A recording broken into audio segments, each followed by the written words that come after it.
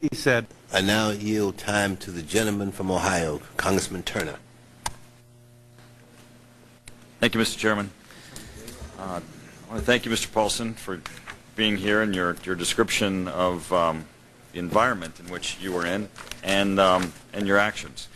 You know, it's interesting. When we have hearings, we basically try to do two things in hearings. Find out what happened and find out, should it have happened? Why did it happen? Is this the appropriate action? That's the oversight. Why it happened is a factual issue. Now, on the factual side, what we hear from you is that you don't deny that you told Mr. Lewis, don't renegotiate and don't back out. You disagree as to whether or not it was an actual threat for his removal being the consequences, but you told him, don't renegotiate, don't back out.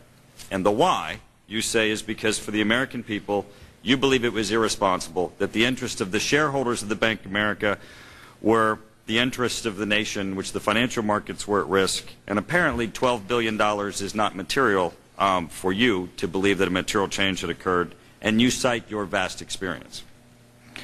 Now, you also say that you have taken actions, that there's been removal before. You cite the actions of Fannie, Freddie, and AIG on removal.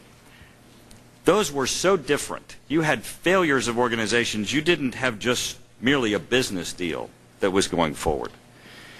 So they're really not comparable. I mean, I don't think you have an instance where you can provide us that's comparable, where there's a threat from the Treasury Secretary for the purposes of removal of a CEO for a business transaction to go forward, unless there are other threats that you put forward that we're not yet aware of. Now, the thing about your vast experience that just really strikes me is that you really have no exact science with your vast experience. You cite the impact on the markets, your view of this deals, the impressions of how the markets might have an impression, which is not a science. There is no accounting problem from which you made your decision. There is no data point from which you made your decision. And with all the responsibilities that you had, which apparently somewhere around that time includes skiing, there was no way that you could have been up to speed on the economics, the due diligence, the specifics, or the details of this deal, to the extent of someone to intervene enough to say, do not renegotiate this deal and do not back out. Now, I agree with Representative Lynch. I absolutely believe that you misled Congress. And I want to take you back to a meeting that you had with Cheney, yourself, Mr. Paulson, and Bernanke, where you came before the Republican conference to explain your $700 billion bailout deal, which I voted against. You came forward and told us that you were going to buy toxic assets, illiquid assets, and if these were not removed from the market, that we were going to have calamity, and that the crisis was those toxic assets were causing, again, the markets to have instability because the markets had the impression that these toxic assets, having no value, raised questions as to the value of the institutions. I thought it was a crock then, and I voted against it. And then you turned completely away from the toxic assets, and I believe that you were misrepresenting Congress. I don't think it was an issue of just asking for flexibility. I also voted against it because the deal was, you didn't tell us who was going to get the money. You didn't tell us what the money was going to be used for. You didn't tell it was how much. And the part that was crucial to me is that you didn't step forward and say, these are the changes that need to be made in our regulatory systems and the laws to make certain that this never happened again. Now, the other thing that was important to me is that I believed that we were about to participate in the largest theft in history. I come from Ohio, ground zero for the mortgage foreclosure crisis. So when you were standing in front of us asking for $700 billion of taxpayers' money to bail out what you called toxic assets for these mortgage-backed securities as a result of the mortgage foreclosure crisis and the credit default swaps, I realized that you were asking me to give taxpayers money to bail out these people who I believe were systematically defrauding my community and the people who were buying houses and refinancing their houses with overvaluations. And I had a great concern, as did my community, that the underlying collateral for these mortgage-backed securities was not there. And that's ultimately what took down the valuation of those mortgage-backed securities.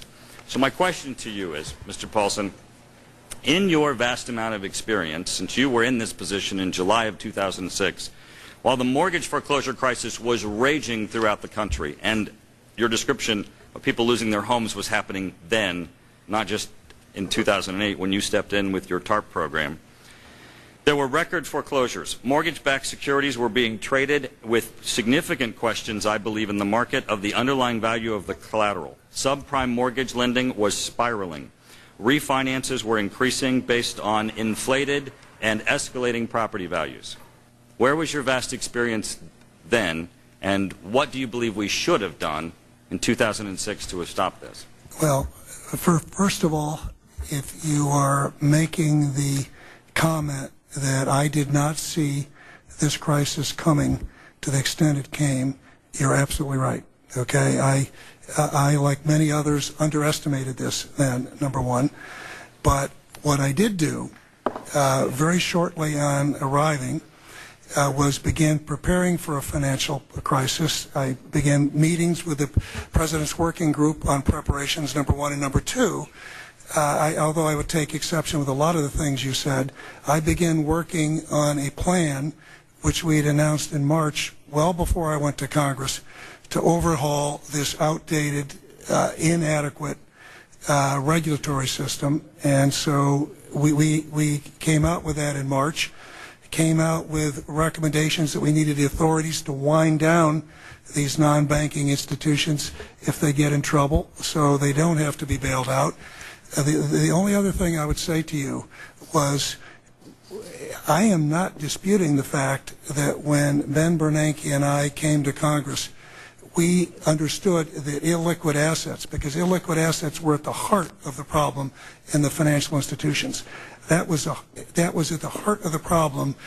That was a major cause for the losses, for the illiquidity. And so our approach was to buy those illiquid assets. That was our primary approach. And we learned, and as the situation began to crumble all around the world, and it was so clear we had to move quickly, we needed to change gears. And I made the decision that when the facts change, you need to move quickly and change. And I'm just saying, the only point I was trying to make wasn't to say we didn't come to Congress and ask for illiquid assets, but thank goodness when we came to Congress, we also asked to have some flexibility, and Congress gave us the flexibility. And the last point I would make is the people I care about are the same ones you care about. The American people, the people that are going to lose their jobs. And the tragedy is they didn't create the problem. It are the big banks that created the problem. It's a whole lot of, the problem was created not by them, but they would be the one that would pay the greatest penalty if there was a collapse. Right. And so that was what I was working for. The gentleman's time has expired.